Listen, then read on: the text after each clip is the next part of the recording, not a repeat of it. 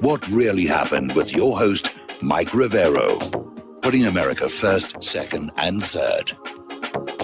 Here is your host, Michael Rivero. Welcome to our show today. It is Tuesday, February 23rd, 2021, getting on toward the end of the month here, and we have a lot to talk about today. Mike is in our control room, twiddling the dials and keeping us out of trouble, and as usual, we're going to do the news until I run out of news, and then we're going to open up the phone lines for your comments, questions, observations, and opinions. Getting back on down to Texas, those poor Texans, they are really, nothing seems to be going their way. The story right now is this Texas utility company, CenterPoint Energy, sent out alerts to their customers that they owed $200,000. Now, they've apologized. They're saying it was an accident, it was a computer error. And they also issued a warning to their customers about possible scammers posing as bill collectors.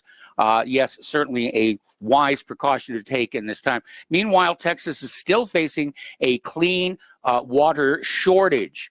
Now, up in Washington, D.C., Joe Biden has sort of pulled back from all of his talk about supporting Texas. He is denying a statewide major disaster declaration after this historic freeze, which killed 21 people in Texas and even more in surrounding states. That there are still thousands of people in Texas without power, and it's been an entire week now. And Biden last week had said to the governors of all the hard-hit states, the federal government stands ready to offer any emergency resources needed. And it turns out that was another lie. Getting into the world of politics, story coming out of the Common Sense show, and they're talking about what happened last November and how back then the Common Sense show was predicting that the Supreme Court would refuse to hear any of the election fraud cases. And of course, that happened just yesterday.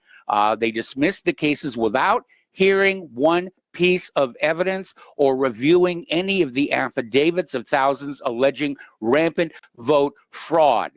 And you're going to hear the liberals and the pundits out there saying, well, the Supreme Court said there was no vote fraud. That's not what the Supreme Court said. They said, we don't want to see it. You know, we don't want to see it. We don't want to hear it. You can't make me yeah. Now, there were some dissenters on this decision, and one of them was Supreme Court Justice Clarence Thomas. And he issued a dissenting opinion regarding the High Court's decision to dismiss the cases, in particular, challenging the Pennsylvania election results. And basically said, you know, we need to make everything clear and transparent. There is merit to the argument that the last-minute changes to election law in Pennsylvania were, in fact, unconstitutional. But the Supreme Court is standing with the coup plotters, and they're just going to stonewall this thing and hope it's going to go away. No, it isn't. This is going to be in future history books, how this election was stolen. The American people right now are very angry. The rule of law has ended. We have lost control over our own government. We are in a condition of taxation without representation, which was a big part of what the American Revolution was fought for. Now, in the House of Representatives, the Democrats, every single one of them, have signed onto a new Voting Rights Act that would expand early voting, create automatic voting registration systems, and simplify voting by mail as some of the reforms. What they're trying to do is institutionalize the vote fraud they used last November. And if this bill does get passed, we're already hearing that the Republicans may try and filibuster it. But if this bill gets passed, then we have become a one-party nation like the former Soviet Union. The Democrats will never relinquish power no matter what. And the GOP, which refused to stand by Donald Trump and his reports on election fraud, have basically dug their own political graves. They're going to fade into history. Apparently over pardon me, at a State Department media briefing, there was a bit of a kerfuffle when a reporter basically called out a spokesman for the Biden administration for trying to steal credit for accomplishments done under Trump. The first and foremost being the vaccine. Okay, and it gets worse from there.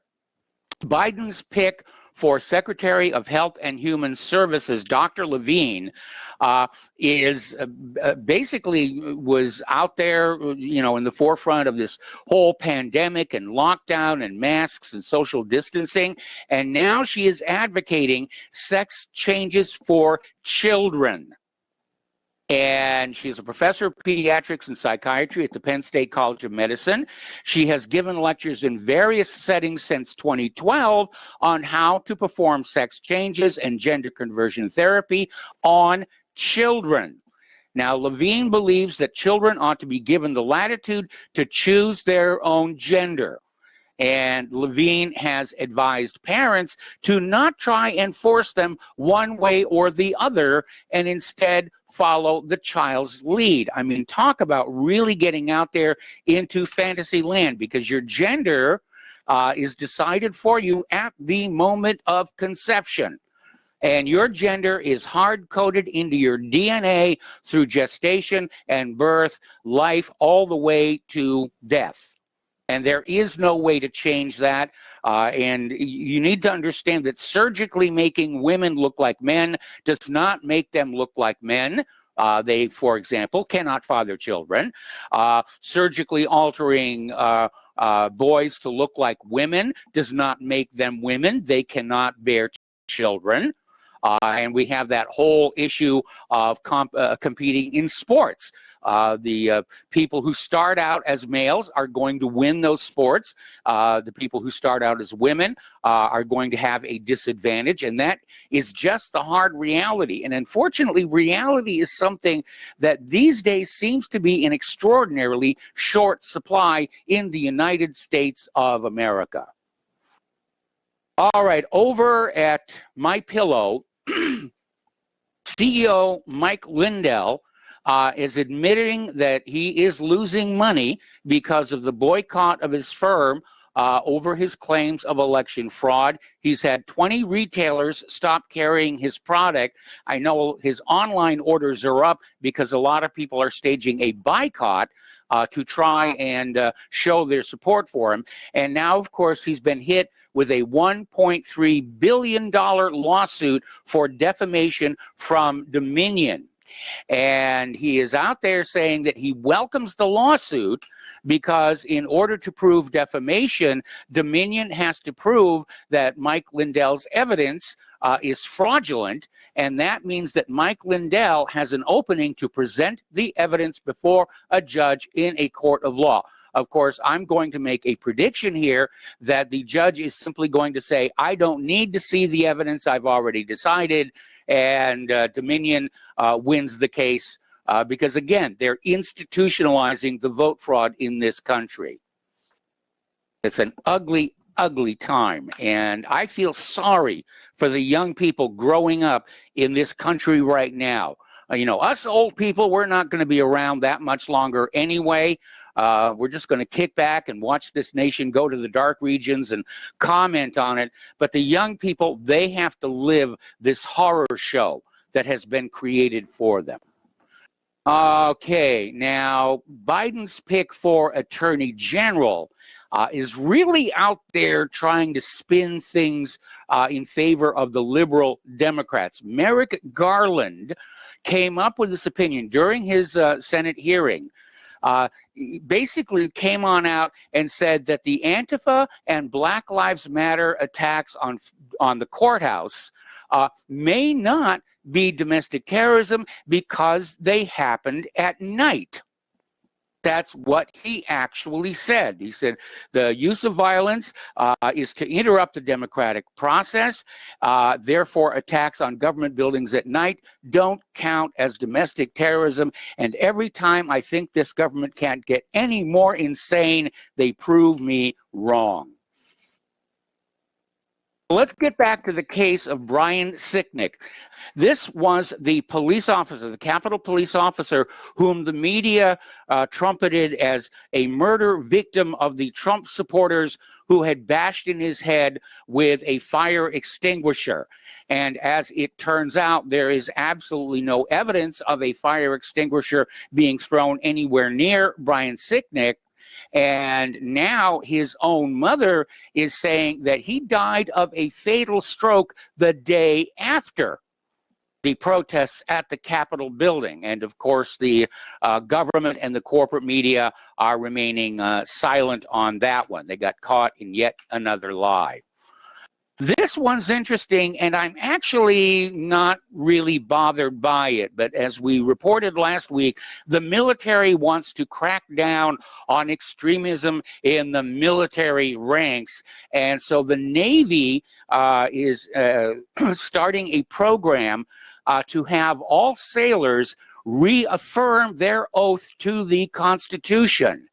And I think, all Navy personnel, uniformed and even civilian, will have to repeat the oath of enlistment or office and basically take it from there. But I think the more the Navy personnel read the Constitution, the more they're going to realize that the government we have right now really is not the one described in that Constitution.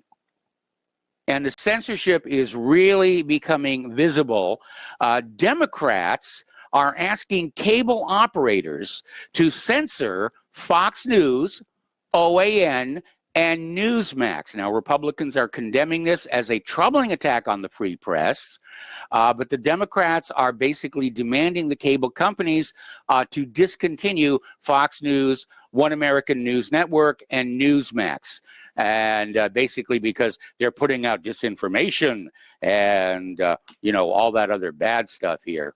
Story coming on out of Russia Today, basically talking about this attempt to blur the word conservative with the word extremist. This is one of the tricks of propaganda to try and tarnish the positive image of one word, such as conservative, with the negative connotation of the second word, which in this case is extremist. And Cambridge University scientists claim they found this elusive category of people to be cognitively deficient. Now, this is a slander out of the former Soviet Union. If you don't agree with those in power, you are mentally ill, and you can be sent to a mental health clinic of some kind here. And apparently what is going on here, Donald Trump may be gone, but the powers that think they are very troubled by the fact that his supporters are still hanging around. They're gumming up the works and interfering with the new propaganda campaign that is designed to unite all of Americans into a war-loving, liberal-loving population. So they're out there doing that. And I see it as a measure of the fear that is out there. They were seen stealing this election. It's going to be in future history books, maybe not in this country, but boy, it'll be, some academic in another country striving for tenure. They're going to look at this and say, here we go. I'm going to get published on this one for sure. Down in Australia, the battle of wills between Facebook and Google and the Australian government, and it looks like Australia may come out on top. Now, after Facebook blocked sharing of Australian media content last week in response to the bill that would have made big tech liable for paying producers, lawmakers have caved in and made several amendments to strip out the offending bits, and now Facebook is going to lift the block in coming days. And so Facebook, they're saying the government came out ahead, but it looks to me like Facebook won this one. And in a way, it sets a precedent for all news websites that we should not have to pay for content. Call it the Facebook principle. So let's get into COVID-19. It's still out there. It's still being propagandized. It's still being politicized. And an interesting little article came out from Summit.News talking about how health authorities in England have announced that they have not discovered a single case of influenza this year. And they're now suggesting that we should keep wearing those masks to drive down flu deaths to zero. Well, I have another theory, and that is the flu is out there and doing what the flu normally does, but it's been rebranded as COVID. And remember, I think it was about 2 weeks ago, we had a story about an epidemiologist who was out there saying exactly the same thing. There's no COVID, it's the seasonal flu. It's just being called something else to keep the fear factor up there. Over in Germany, a whistleblower has gone public with footage of forced COVID vaccines in German nursing homes. This was done without their permissions. And remember, this is an experimental vaccine, which under the Nuremberg Code, you cannot administer without the informed consent of the patient. And now attorneys are looking at this and saying, we may be dealing with homicide, maybe even outright murder by these health practitioners who gave these shots without informed consent. Over in France, they're considering slowing down the vaccine rollout for the hospital staff because too many of them are unable to work following the vaccination. And this is the AstraZeneca experimental vaccine currently being given to health workers in France. It's caused so many side effects that the French Vaccination Task Force has recommended a staggering of the schedule for people working in the same care unit in order to avoid severe staff shortages. Over in Italy, dozens of teachers have come down ill following their coronavirus vaccine. Dozens of teachers called in sick Monday after getting the AstraZeneca vaccine. Students in 2 area middle schools were sent home an hour earlier than usual due to insufficient teaching staff. Another little story out here. This one is coming from Global Research.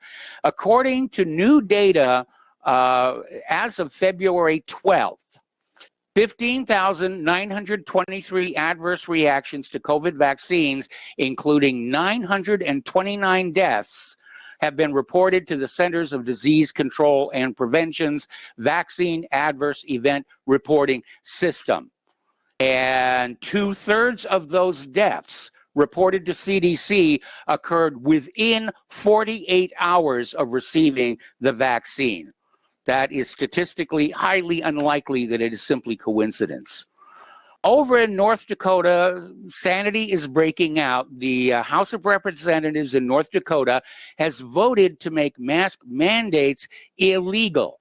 The bill was sponsored by Representative Jeff Hoverson, who labeled the mask mandate instituted by the state governor as diabolical silliness, saying that our state is not a prison camp. Well, at least not yet, but the entire country seems to be headed that way. Joe Biden again. We already covered that one. He's pulling back from the statewide declaration in Texas here. Over in New York City, they've announced that movie theaters will be allowed to reopen on March 5th at 25% capacity. COVID-19 cases are declining in New York, and as a result, stock in AMC climbed in response to that news. A little bit of good news there.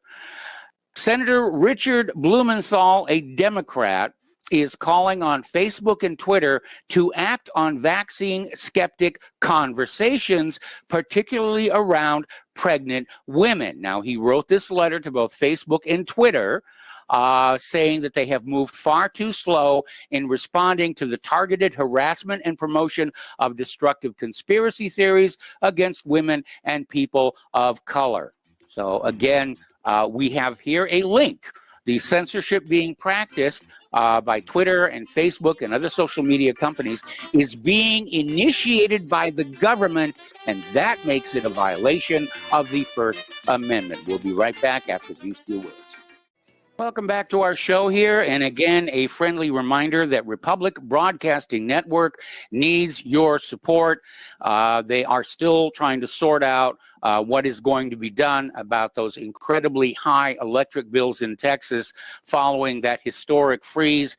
And it may well be that Republic Broadcasting Network is going to be hit with a major electric bill this month. And so it's more urgent than ever that you chip in. And once again, the postal address to send a check, money order, or if you prefer anonymity, cash, is Republic Broadcasting Network, 2251 Double Creek Drive, number 302, Round Rock, Texas, 78664. The phone number where you can make a credit or debit card donation is 800-724-2719, extension 3. And if you mail in a donation of $100 or more, include your t-shirt size and a return address, and you'll get one of our spiffy RBN official t-shirts and bragging rights for your trouble. And don't forget, the Front Sight Firearms deal is back as well, so you want to pay attention for that one. All righty, getting on back to COVID-19, former Israeli Justice Minister Ayelet Shaked called on Saturday for Israel to prevent Palestinians in the Gaza Strip from receiving the Russian coronavirus vaccine. And I guess Saturday Night Live wasn't that far off after all, but they certainly got a lot of negative press because of that. Over in Iraq, a rocket attack targeted the U.S. Embassy in Baghdad a week after the deadly Erbil assault. And this is a fresh rocket attack on the Green Zone, happened yesterday. At least 3 rockets targeted the embassy area. So things are still heating up over there. This is an interesting story, and this is from Middle East Monitor. There is a classified report prepared by United Nations investigators, and it's either been declassified or leaked, but it revealed that the founder of the private security company Blackwater, Eric Prince, violated the arms embargo in Libya and tried to overthrow the internationally recognized government twice in 2019. And the report was submitted by the UN investigators to the UN Security Council. The report stated that Prince offered to send mercenaries to renegade General Khalifa Haftar during a meeting at the Egyptian capital, Cairo, 10 days after launching the military operation to control Tripoli. And apparently they had assassination squads out there as well, looking for top officials. Meanwhile, over in Russia, Moscow is disappointed by the decision of the Council of the European Union to prepare new illegitimate unilateral sanctions against Russian citizens, according to a statement by Russian Foreign Ministry made public yesterday. The decision to prepare these new illegitimate unilateral restrictions against Russian citizens over a contrived excuse causes disappointment. The contrived excuse being Navalny, as well as they're still trying to flog the Novichok poisoning case as well. Story coming out of Middle East Monitor again. There is a Zionist group that is leading a campaign to have a British professor, David Miller, basically fired for daring to criticize Israel at a virtual meeting last week. Now, David Miller has spent 15 years tracking the nefarious effects of the fossil fuel lobby, the pharmaceutical lobby, the tobacco lobby, as well as state lobbies that promote Islamophobia. And during the Zoom meeting, the sociology professor, considered one of the world's leading experts in Islamophobia, denounced the state ideology of Israel as racist. And now they want him fired from his post at the University of Bristol. So cancel culture is definitely rearing its ugly head. Now, this is an interesting little story. It came out of Sputnik News.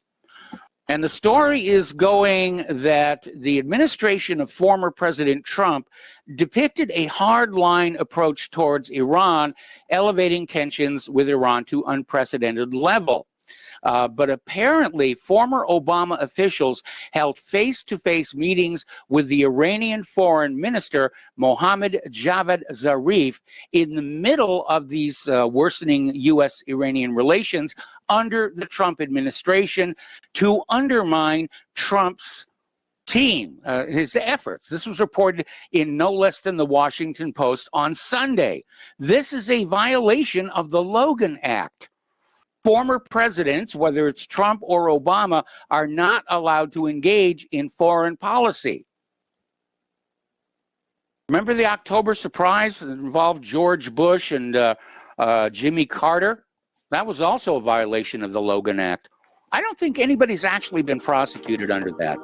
You know, it's out there that you're not supposed to do it, but nobody gets prosecuted on it. Okay, we got to take another break for commercials. We'll be right back. Welcome back to our show here, and we're talking about the international news here. This is a troubling development. Ayatollah Khamenei is saying that Iran might proceed with 60% uranium enrichment, and this is definitely escalating the tension between Iran and the United States. It is certainly out of line with what was agreed to in the Joint Comprehensive Plan of Action nuclear deal.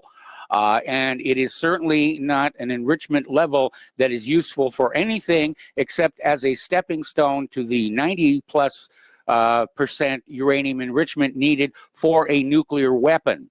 And basically, it's going to blow right past the current 20%. And move the country closer to being able to produce a nuclear weapon. And I would be willing to wager a nickel that Iran actually has the bomb casing for a uranium bomb. The hard part is getting the fissionable uranium. And once you've got that, a uranium bomb is very, very simple. It's basically a pipe. And you have two subcritical masses of uranium at each end. You slap them together, the thing goes boom. That was the technology behind the little boy atom bomb dropped on Japan. The plutonium bomb is much easier to control, but it also requires a lot more technology there. Also requires plutonium. Meanwhile, speaking of plutonium, Israel is expanding their nuclear facility out at Dimona facility in the Negev desert. And this is where they have made the fissile material for its nuclear arsenal. Israel tried to hide what they were doing there, but it has come out over the last several years. There is, in fact, a bomb factory hidden underneath the reactor there. In fact, there was even a documentary on Israeli TV showing what was going on there. And they are able to produce plutonium from that reactor. Okay. Russia is now saying that jihadists are planning a simulated chemical attack in Idlib to get Biden's attention. I think what we're seeing here, the military-industrial complex, they want the wars to crank up. They want the money to flow out of your pocket and into their pocket. And just as we saw with Donald Trump, when he first took office, there were some false flag chemical attacks, which prompted cruise missile strikes. And of course, those cruise missiles sell for quite a bit of money each. And it does almost feel like a repeat of 2017 is what's going on here. So it all depends on who these so-called jihadists are actually working for. Meanwhile, according to a report from Politico, the Biden administration is preparing to hit Russia with major penalties over the jailing and alleged poisoning of opposition figure Alexei Navalny. And Politico said the U.S. is planning to coordinate a sanctions rollout with its European allies. And the details are not yet available. But the report said the Trump administration left behind a sanctions package that laid out possible options for punishments for Russia, which Biden is now reviewing. You know, we talk about these alleged poisoning, and they're always talking about Novichok, which is a very, very deadly poison. And you wonder how it is that Navalny rather, survived it, as well as the gentleman there in England, whose name eludes me at the moment. So, again, something fishy about that story. The Biden administration is rejecting China's calls for better relations. China basically made an overture to the White House saying, let's calm the tensions down over Taiwan. Let's calm the tensions down over the South China Sea. Let's calm the tensions down over Hong Kong. This all came with a phone call from Chinese Foreign Minister Wang Yi, who basically said, you know, we want these things to calm down. The Biden administration is saying, no, we're out there, and sooner or later we're going to get the war that we want. We just have to convince the American people there is no other choice. We have been talking about the military and some of the boondoggles that are out there. Again, we're hearing bad things about the F-35. And the U.S. Army is now developing the most powerful laser weapon in history. It is estimated that it will be 1 million times more powerful than current systems. It will vaporize targets using very short pulses, and also produce powerful signals to disrupt enemy electronics, or at least that's what the sales pitch says. We'll see how well they're able to actually implement that.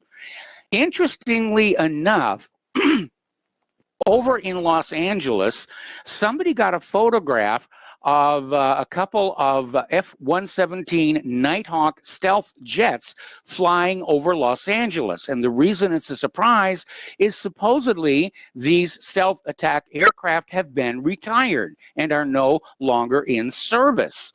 Well, somebody's using them for something up there.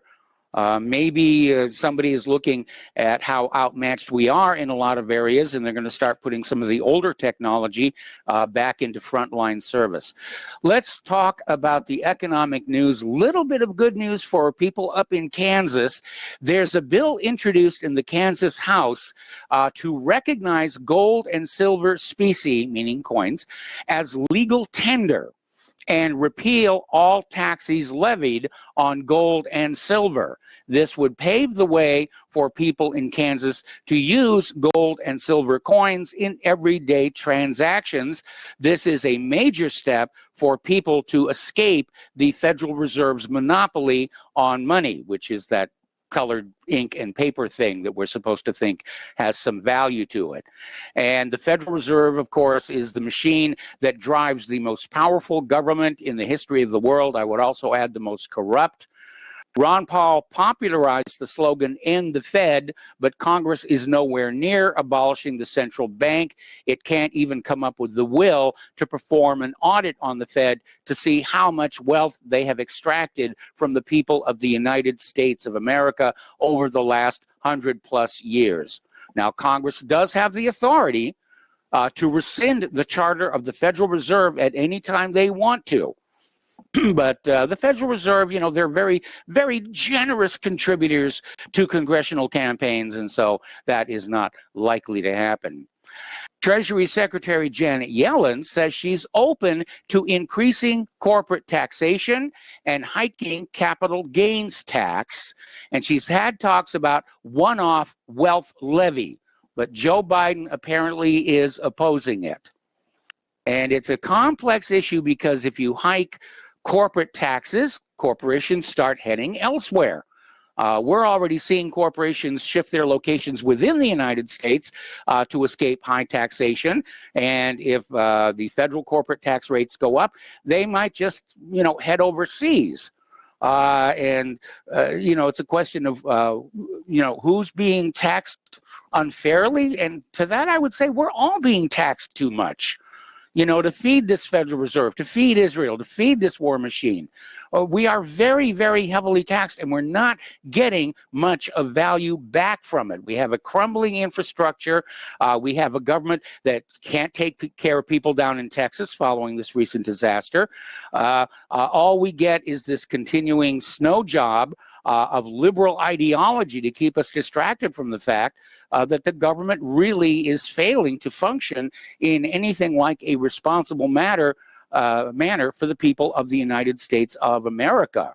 I think taxes are way too high for everybody, for ordinary Americans, for businesses, for corporations, and we need to figure out a way. How do we cut the spending? And there's a lot of wasteful government spending. We've been hearing stories about how much of the money set aside for COVID has been lost to fraud. We heard stories about how much money that was sent to Iraq for reconstruction was lost to fraud. And it's almost like the government is so sure they're going to get more money from you, they don't really take care of what they already have. They're very, very sloppy. Remember the day before 9/11 when the Secretary of Defense, Rumsfeld, got up in front of a newsroom and admitted the Pentagon had lost $3 trillion. They had no idea where it went. But I guess if I had that much money coming into my pocket from the taxpayers, I'd be irresponsible as well. Meanwhile, Bitcoin, which was soaring like crazy last week, it has dropped by more than 15%. It's down to 47,944. It's still a good place to store your wealth, but concerns are being raised over apparent efforts in China to basically dominate the process of Bitcoin mining. Okay, now we talked about this yesterday. This is another story about the engine failure on a Boeing 747 over the Netherlands. This article confirms that the engine that exploded was a Pratt & Whitney PW4000 engine, the same engine that fell apart over Denver. And so that is a confirmation. The problem is not with Boeing. It's with the Pratt & Whitney PW4000 engine.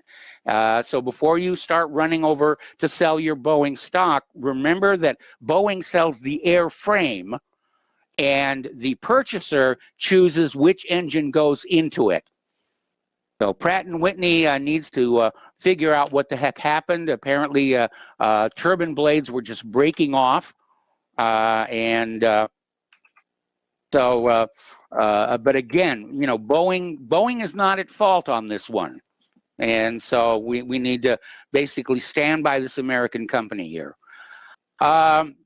Getting into immigration, Joe Biden has canceled Donald Trump's tougher citizenship test, saying it created barriers to naturalization by doubling the number of questions. Biden scrapped it over fears it may inadvertently create potential barriers to naturalization. Well, excuse me, but if you are intending to become a legal citizen of this country, there should be a test. If you know the Constitution, if you understand the basic laws and the structure of our government, so that you don't come in as a citizen and not know how things operate here. So I think Trump had the right idea, but we know that Biden and the liberals are just throwing open the immigration gates to just flood this country with all kinds of people. They're not being tested for illnesses, including COVID. Criminals are coming on in. MS-13 is coming on in. And I think a mature immigration policy would be, first of all, checking these people for communicable diseases. And second, checking their resume. Are they able to do something that will benefit our economy and our nation? And if not, they should not be allowed in. The Justice Department has asked the United States Supreme Court yesterday to cancel argument in a case testing the government's ability to approve state programs that impose a work requirement on recipients of Medicaid. Now, Trump's administration approved plans by two states, Arkansas and New Hampshire, to deny coverage to poor people unless they were working, volunteering, or training for a job. Medicaid recipients in those states sued, arguing the plans would let states kick people off Medicaid for failing to get jobs that became scarce during the pandemic. Well, there are those other issues. You could be volunteering someplace, or you could be in training for a job. And right now, apparently, being a coder, there are still jobs out there for people who know like Python. Biden's Attorney General nominee, Merrick Garland, is refusing to call illegally crossing our border a crime. And this was during his nomination hearing yesterday. And Senator Josh Hawley asked him, do you believe that illegal entry at America's borders should remain a crime? And Merrick basically hemmed and hawed. And basically said, the president has made clear we are a country of, concern about national security. And he basically didn't say much of anything. But he did, it was a non-denial denial. He basically said he refused to say it is a crime to step across the border, which shows us he's unaware of existing law. Go to Title VIII. Yes, stepping across that border without official permission from the U.S. government is illegal. It is a crime. Over in France, they're cracking down on a movement called Generation Identitaire. This is a movement by young people who want Europe to remain for Europeans.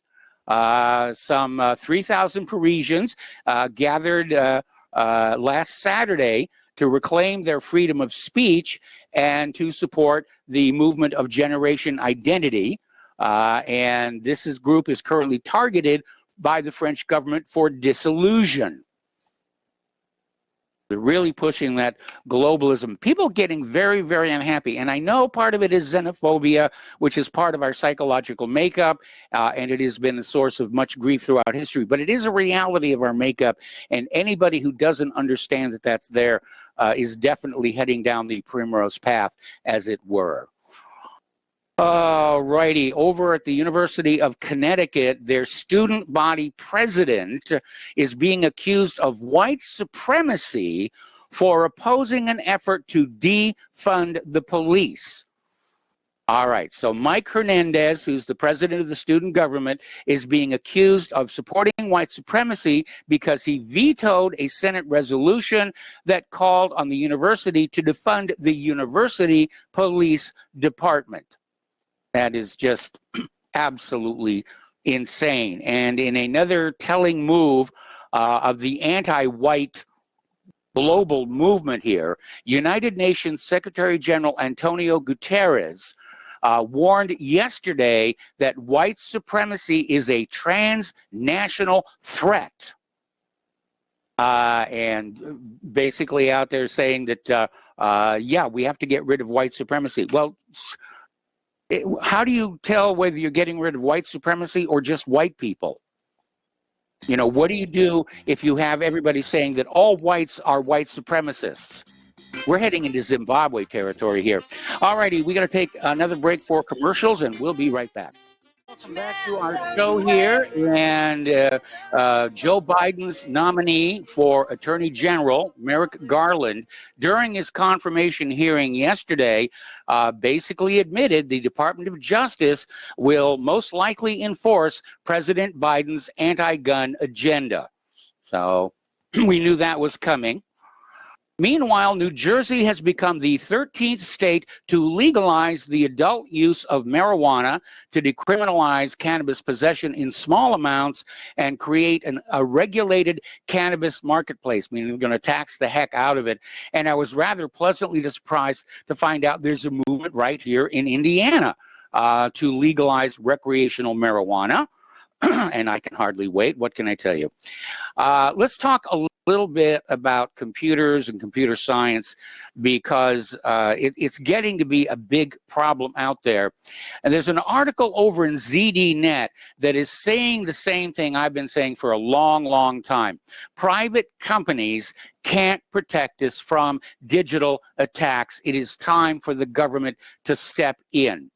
And, we know about Silver Swallow, the SolarWinds attack, I mean, there's just tons of malware out there, and nobody seems able to do anything about it. Now, the private companies, of course, are making a lot of money selling anti-malware software, but it doesn't really seem to work. The other side in this battle, the cyber criminals, just keep coming up with something newer and newer, and a lot of it has to do with weaknesses within the structure of the computers and software themselves, that they're simply not paying attention to what's going on. Something has to be done. It is costing our economy billions of dollars, tens of billions of dollars, at a time when our economy cannot survive that. All right, a lot of good news happening in space. Last week we had the Perseverance lander touchdown. Over the weekend they released the live video of it. Very exciting to watch here. And there is an interesting story. This is from the Daily Beast. And it's talking about the role that corporate media can play in the space program for good, or in this case, for bad. And back in 1997, they were getting ready to launch the Cassini mission to Saturn. And the issue was over 3 radioisotope thermoelectric generators. Same thing we used on Viking, same thing's being used on Curiosity and Perseverance. And they were powered by the decay of plutonium-238. Now, that's not the Back to the Future variety. It's not fissionable.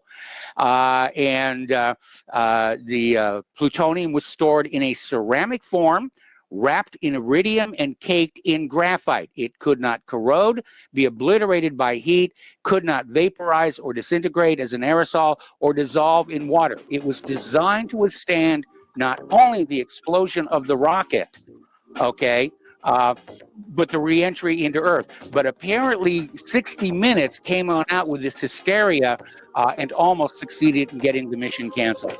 Okay, we're going to take a break for station identification. We're going to open up the phone lines, 512-248-8252, and we'll be back with hour 2.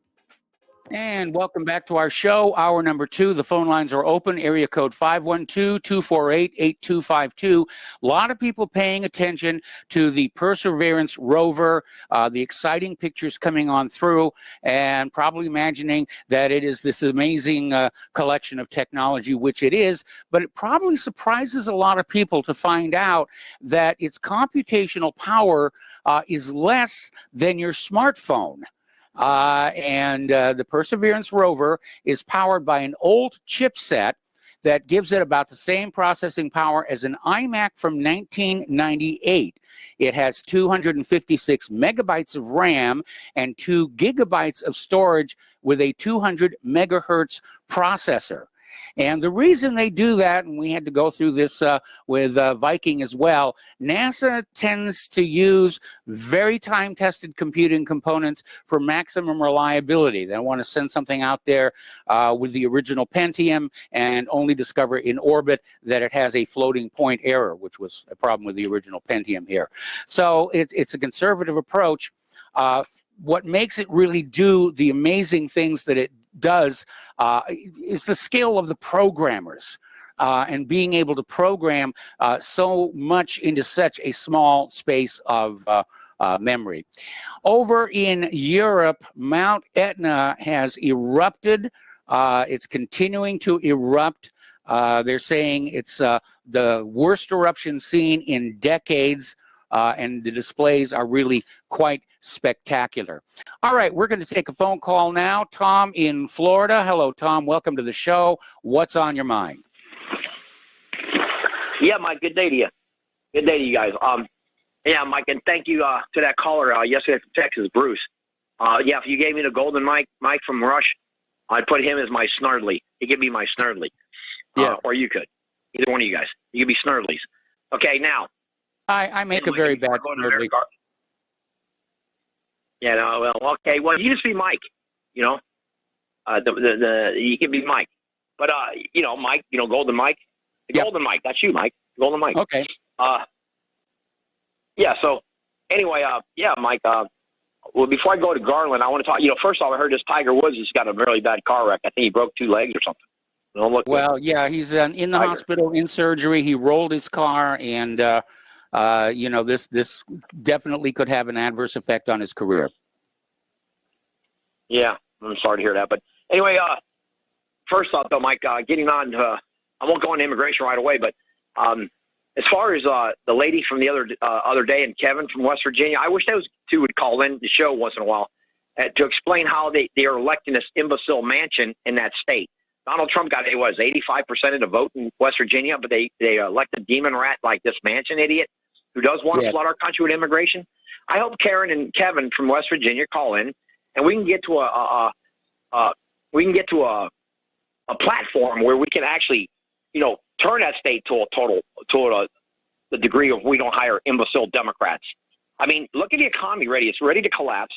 Yes. The gas price is going to go probably $5 a gallon. The buyer's remorse is going to be horrific. I believe in the next 6 months with all these idiots that wanted bumbling buffoon, the buffoon. And by the way, Donald Trump that night that he called him a clown, Trump should have shot back and say, listen here, you jackass. That's what you represent, a jackass party. If Trump would have done that, he would have won the election hands down. Even the demon rest would say, wow, this guy shot back with a quick one. You know what I mean? That's what I would have said. Tom, he wouldn't have won the election. The election was rigged. Okay, we could have had Jesus running for office, and he still would have lost to Biden. No, I totally agree with that. Yes, you're right. I mean, I guess I got me there.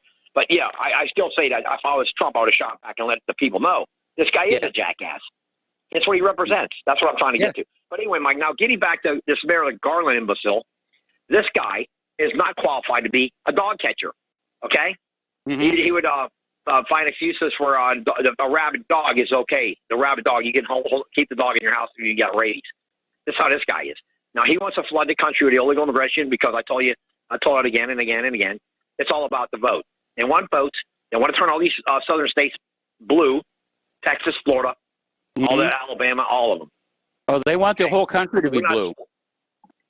Oh, absolutely. Absolutely. You can see the writing's on the wall. The handwriting's on the wall. Is. But, Mike, yeah. And, if we don't stop it, I tell you, Mike, it's going to be horrific. Look what happened when Slick Willie was president and we had Bosnia and Herzegovina.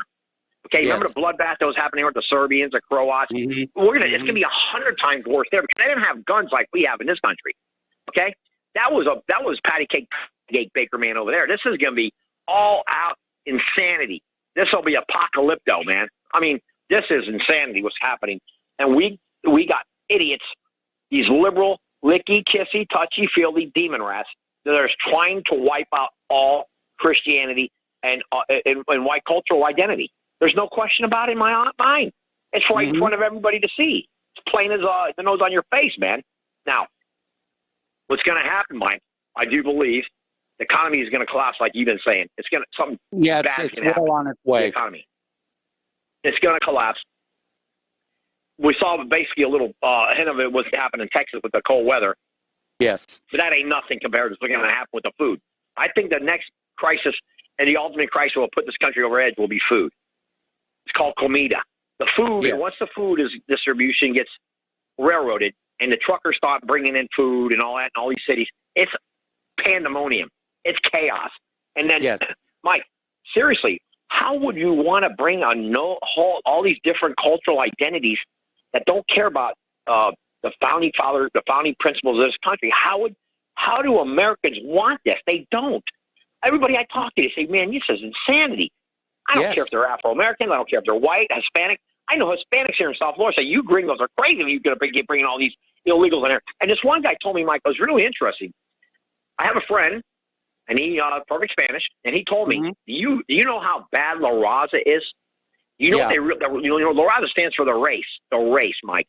Yes. And they're basically printing in Spanish. My friend told me, my wife, they told him, they are so hateful of northern white culture, it's disgusting. Okay. Matter of fact, if the Ku Klux Klan or the neo-Nazis or anybody were to print media like they do, like, it would be insanity. They would all be arrested. All the whites would be arrested if they had outlets like that. La Raza. La Raza's not here to compliment us. Believe that, no, Mike. It isn't. No, I've they're been told by my definitely an Hispanic identity friends. organization. And they've got that wing out in California that, wants California to be returned to Mexico. And was it the Aztlan, something like that? Okay. Exactly, Mike. Aslan. And Mike, to that caller yesterday, you kind of straightened him out. To the one caller, I mean, I understand his point with, okay, we give the slaves, the blacks, because they're slaves, $200,000. Mike, they'll never be satisfied. They'll want $10 million each, okay? Yes. What about all the Irish who came here as slaves? Are they going to get reparations? What about all these other white people? What about all the white people came here as slaves? Indenturement, okay? What about all the people Chinese got kicked out who were of basically enslaved to build the railroads? There you go. Exactly. What about all the what about what England, the Irish with the potato famine? Yes.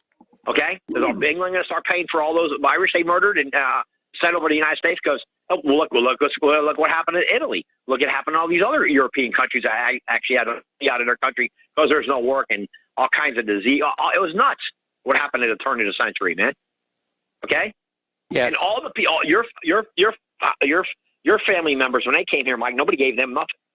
Nobody had food stamps, welfare, and all that. They were lucky they got powdered milk. Okay, who's kidding who here? Now these people come in with Section 8 housing, they want hot water heaters.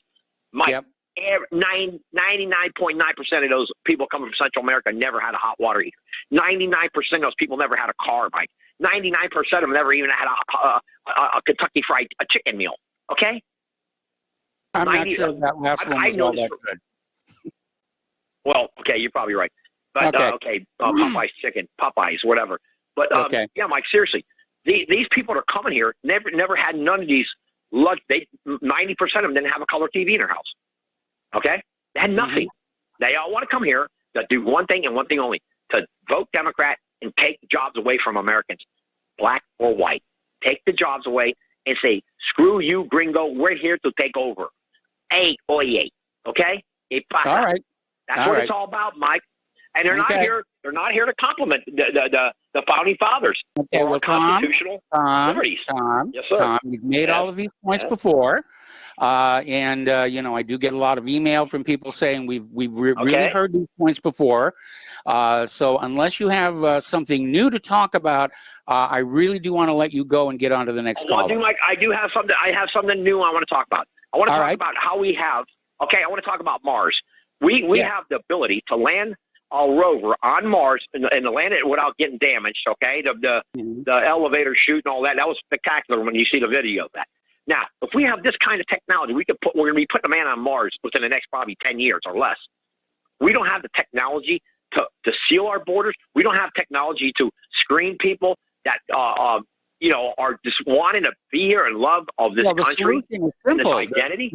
The solution is simple. We should have scientists running the government instead of politicians. Well, I can't argue that point. No. Well, I don't know about Fauci, that imbecile. Fauci. Well, he's Mike, not really a good scientist, in my opinion. Well, one more thing, Mike, and I'll let you go. There's one guy in Jersey. He hasn't called in a while, but I hope he kind of does because, I want to hear his perspective now, what he thinks, what kind of job Biden is doing.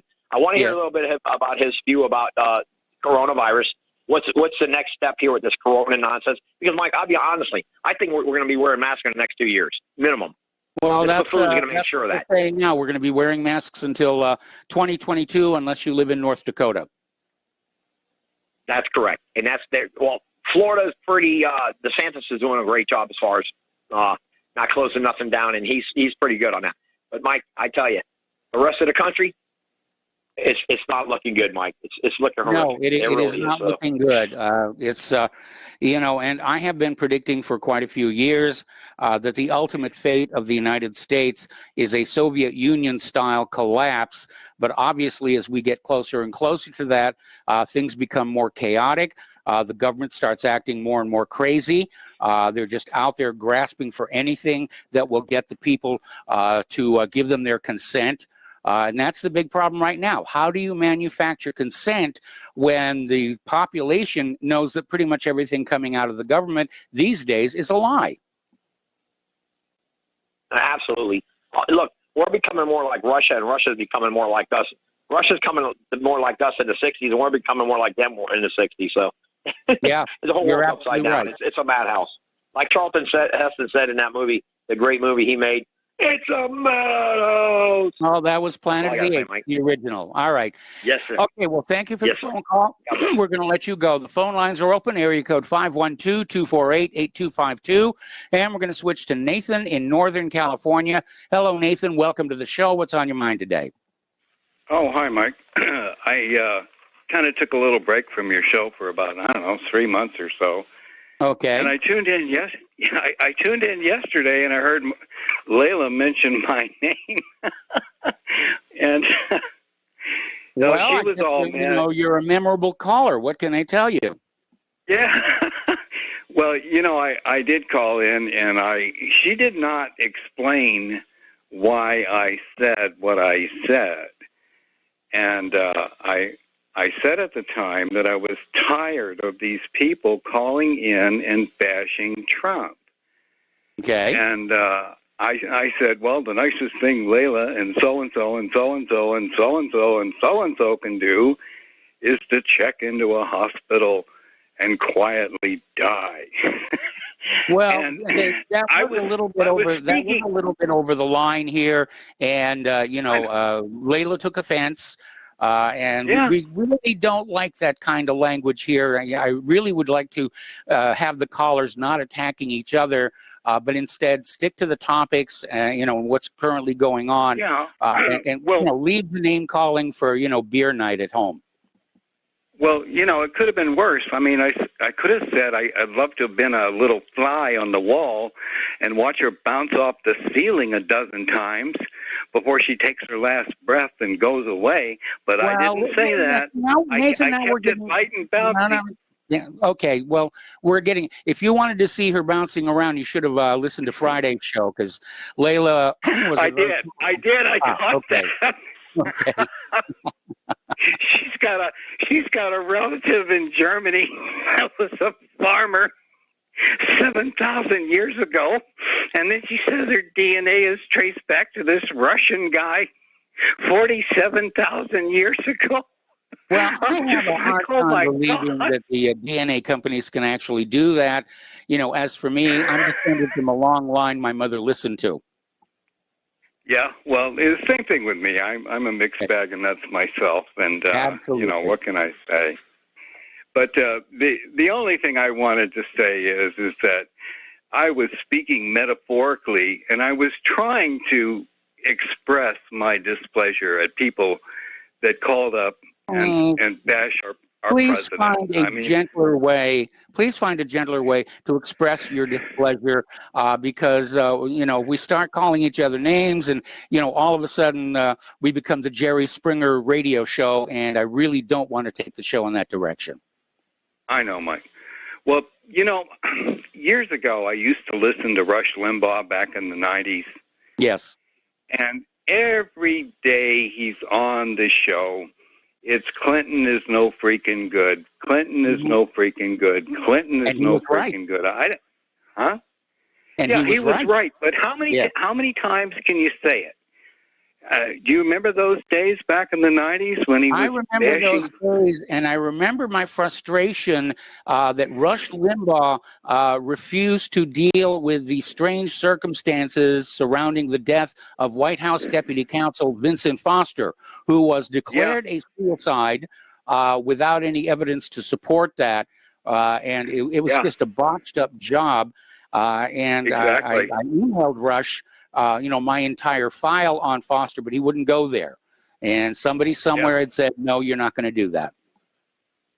The Vince Foster case was really quite unique. Well, what I did back in those days, after hearing him bash Clinton for about 20 times or 30 times, I can't remember, I just clicked him off. And I haven't listened to Rush Limbaugh since, 1999. I had other things I was doing, and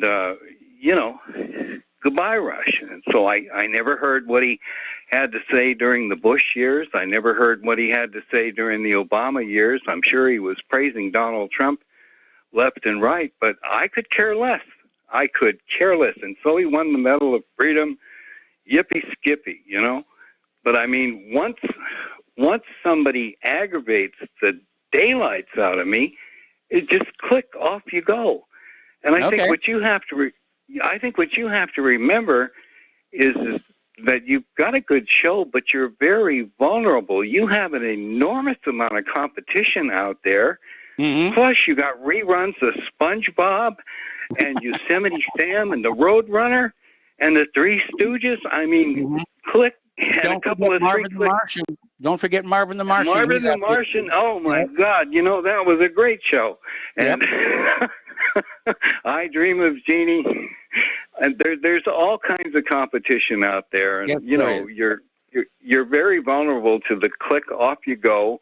I'm going to go listen to something else. But you know, I'm sorry that Layla felt so offended for me saying that, and I did let into David, which was pretty bad.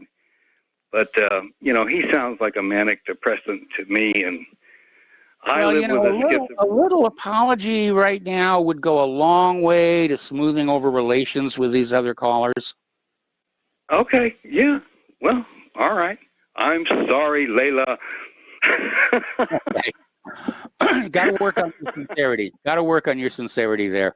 All right, Nathan. I know. Thanks an awful lot. We're going to let you go here. The phone lines are completely open. Area code 512-248-8252. And getting on back to some interesting news here.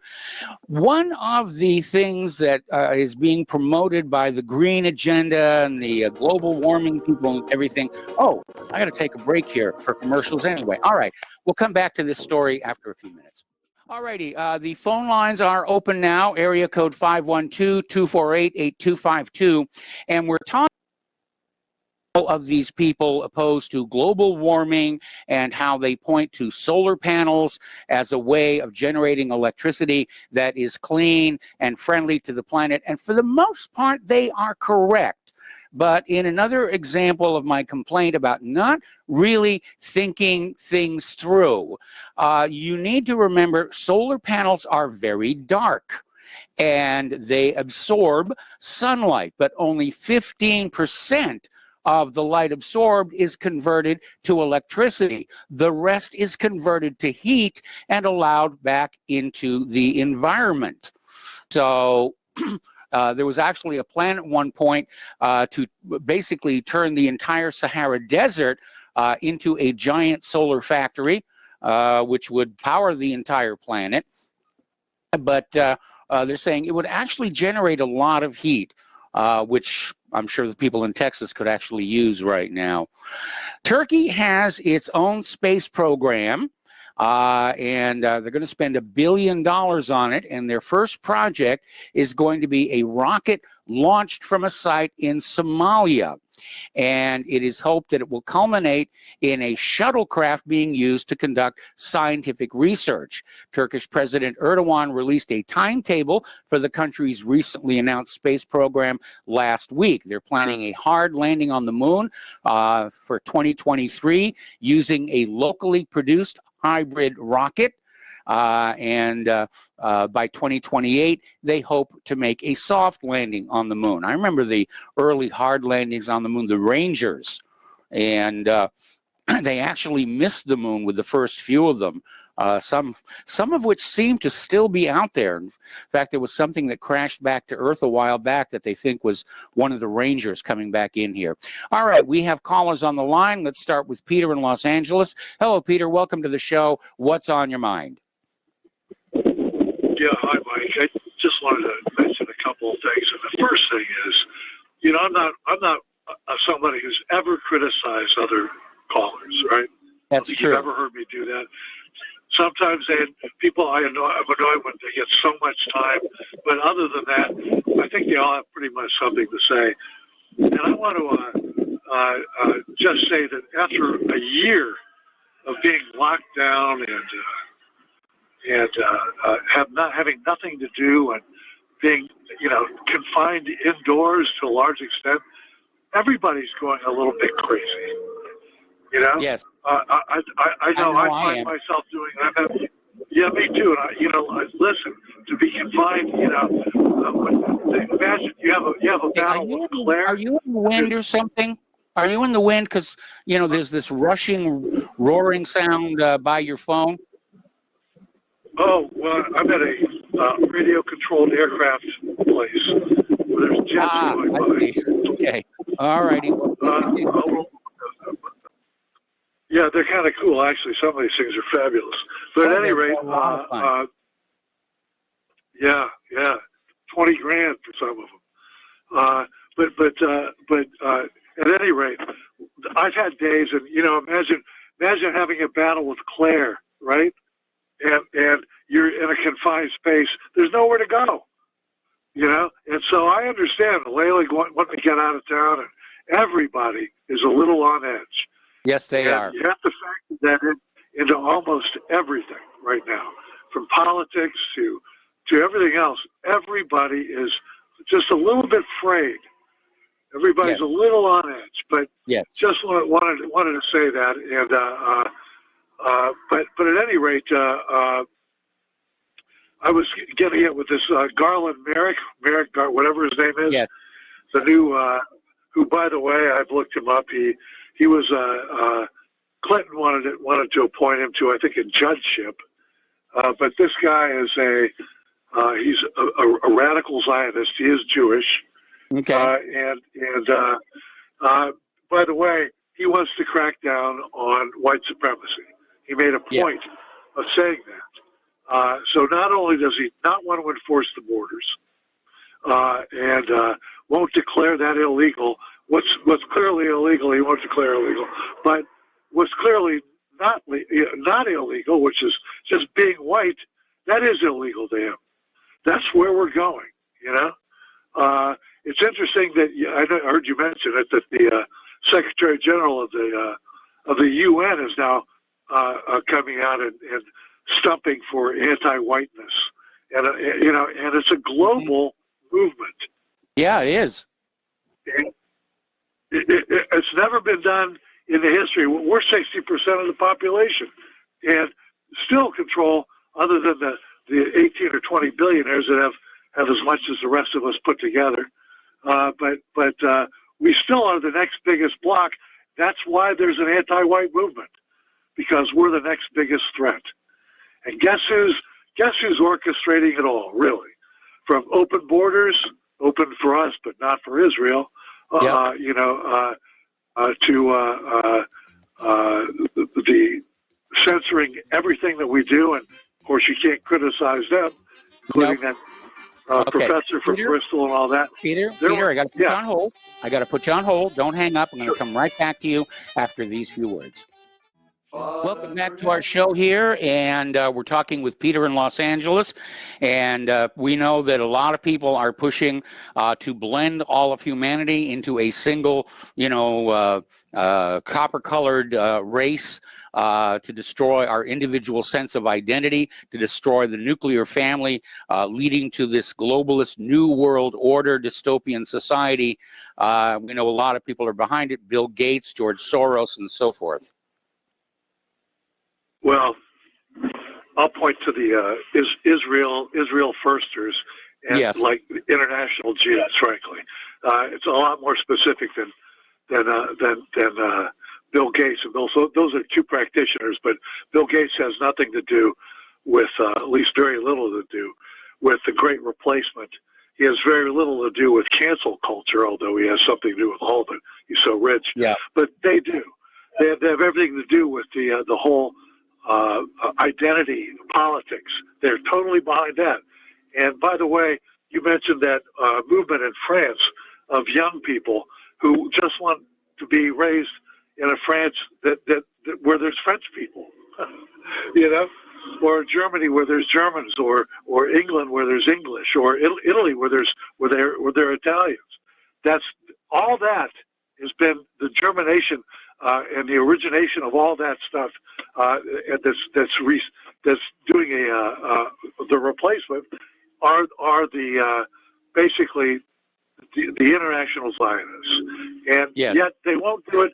Where you're allowed to you're going to be arrested in France for wanting France for French people, at least to maintain its French identity.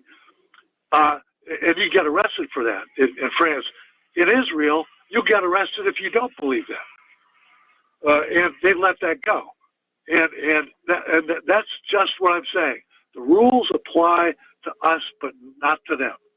Yes. All the rules that we have to live by, they don't. And they're pulling all the strings.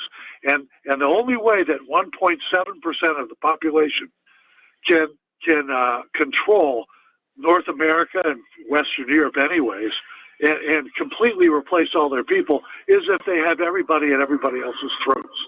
As Tom alluded to, blacks against whites, Hispanics against, La Raza against everybody, male against female, gays against straights, tall against short, whatever it might be, is the old divide and conquer, and they're behind it all.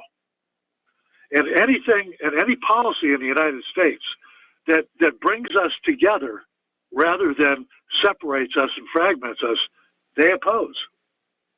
I'm just asking people to keep their eye open for that and to identify just who the goddamn enemy is here. And that's who it is. They don't, and look how it's depicted on television. I mean, history is turned on its ear. We've talked about that with a couple specific cases.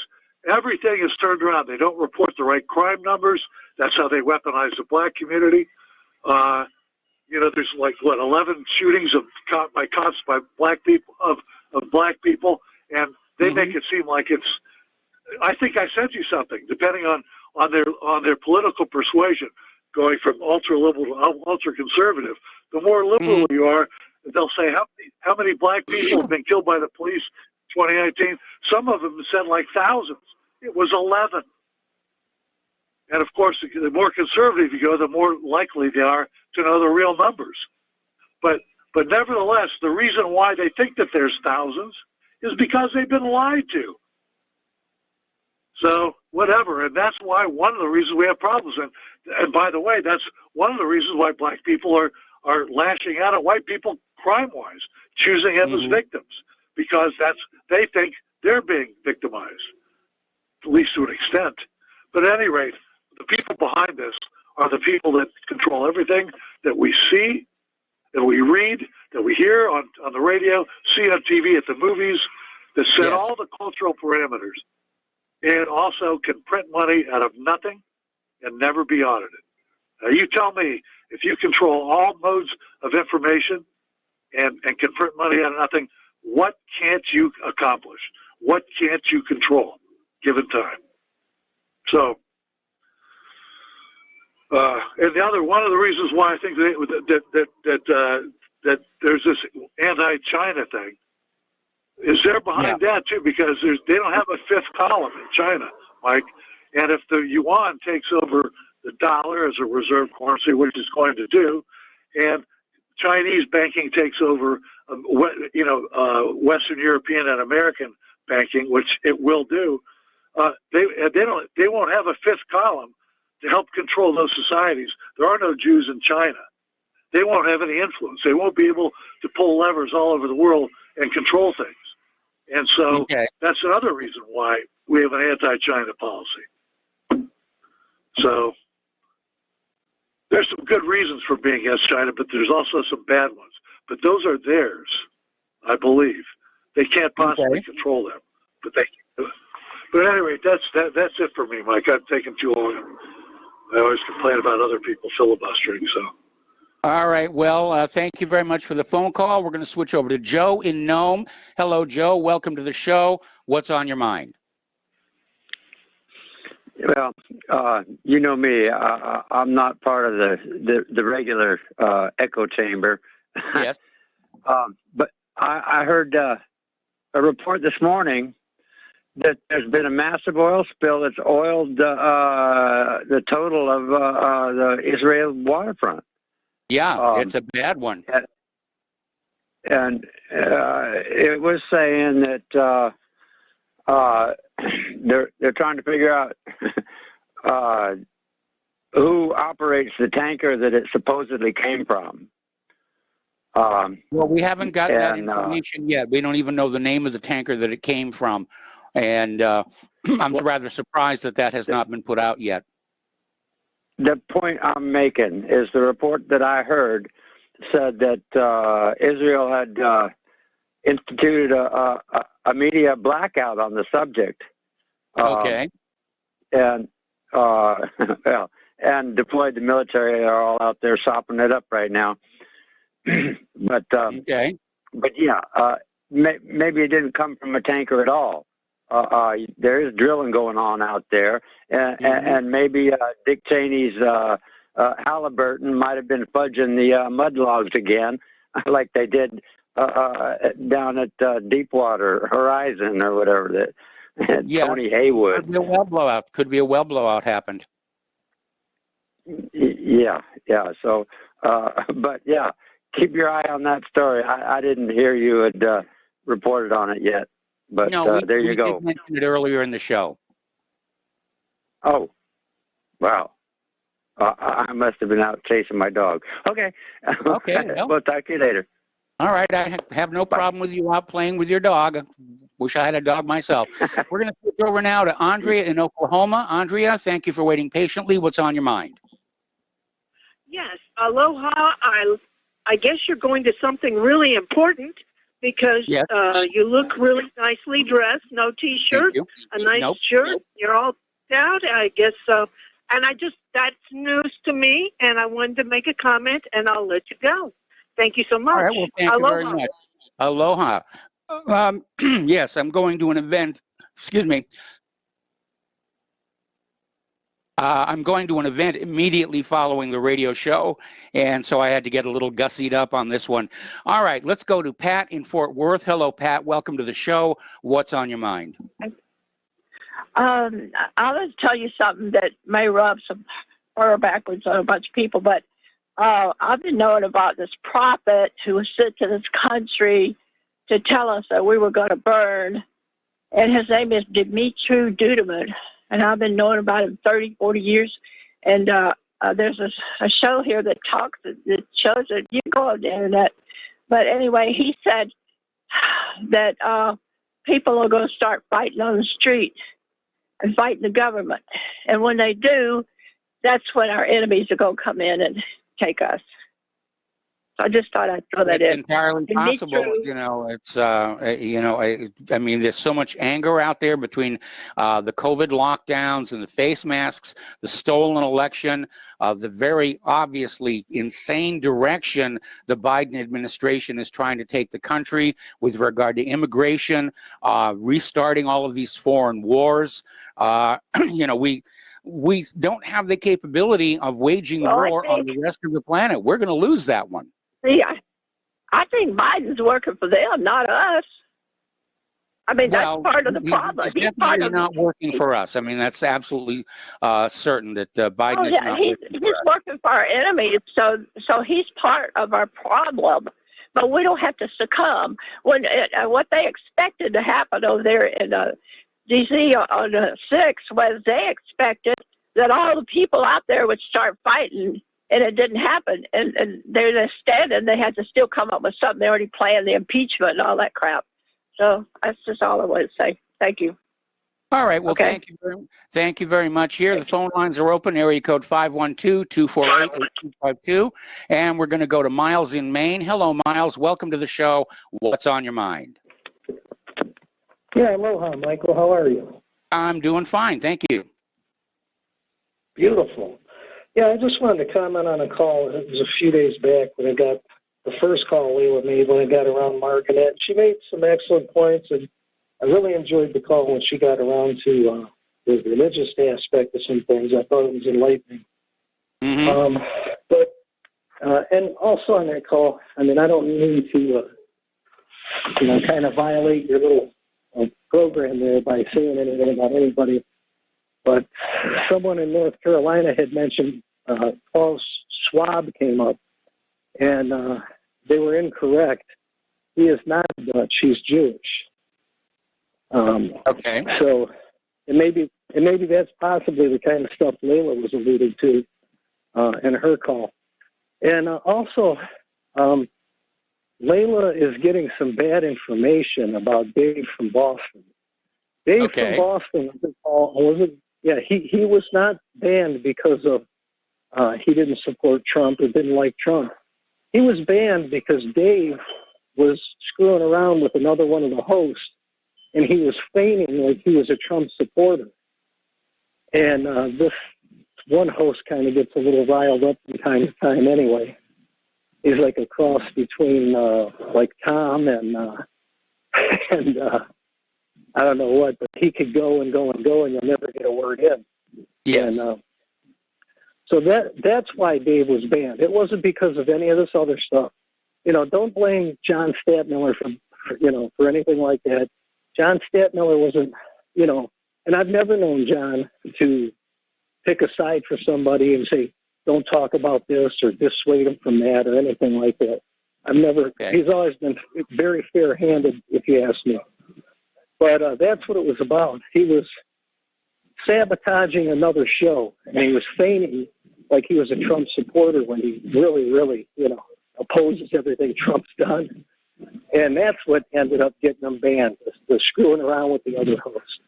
So I just thought I'd set the record straight on that and maybe give some clarity to it. But thanks, Michael. Keep up a great show.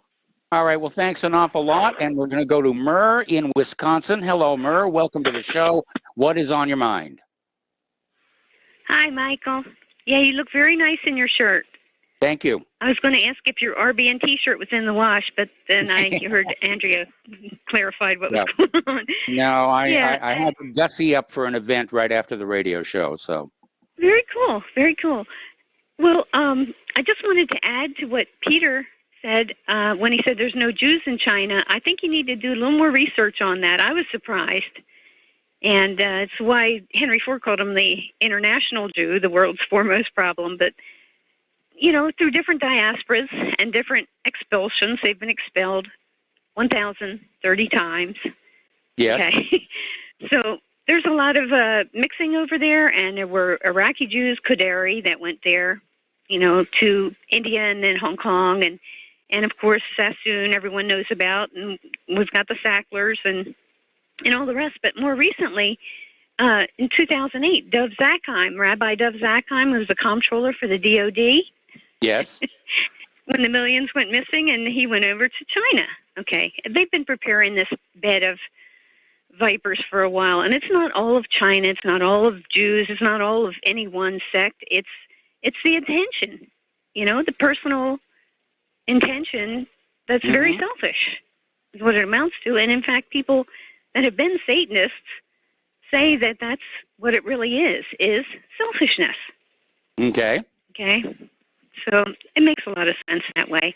But I just wanted to add that in there. And also sometime I was going to call on John Moore's show if I ever got around to getting to do it, because I heard him call Layla Leela. And I know she had said on John Stadtmiller's that she's not Layla or Lila, the name isn't. So I would really like to hear a clarification, because I'd like to pronounce it perfectly. Well, so, next time next time she calls in, I'll ask her.